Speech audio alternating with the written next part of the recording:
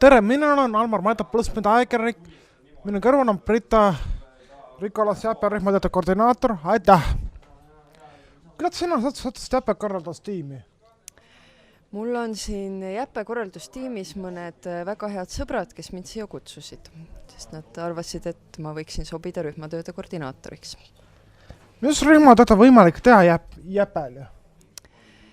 Erinevaid rühmatöid on võimalik teha. 11 erinevat rühmatööd oli sel aastal valikus. Mõned olid sellised praktilised rühmatööd, nagu näiteks sai tekstiilikotti valmistada või siinsamas Plusmeedias õppida, kuidas intervjuud teha.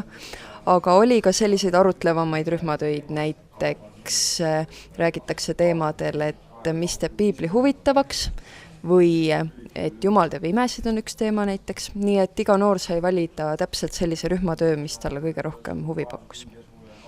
Kui raske oli saada inimesel rühmatööde juhendajaks? Üldiselt ei olnud väga raske. Mõningate inimestega oli muidugi ka enne juba läbi räägitud, kui mina nendega rohkem suhtlema hakkasin rühmatööde teemadel. Aga üldiselt ka need, kellega mina esmalt kontakti võtsin, olid kohe lahkesti nõus tulema ise siia jäpele. Tundus, et neil on nagu huvi suur jäppe vastu.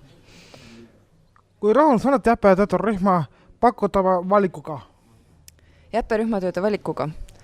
Mina arvan, et see valik on päris lai, nii et ma ise olen küll rahul ja mulle tundub, et noored on ka olnud rahul ja on leidnud täpselt endale sobivad rühmatööd. Aitäh, siin oli Brita Nikolas ja ikkagi Plusmeet ajakirjandust. Aitäh!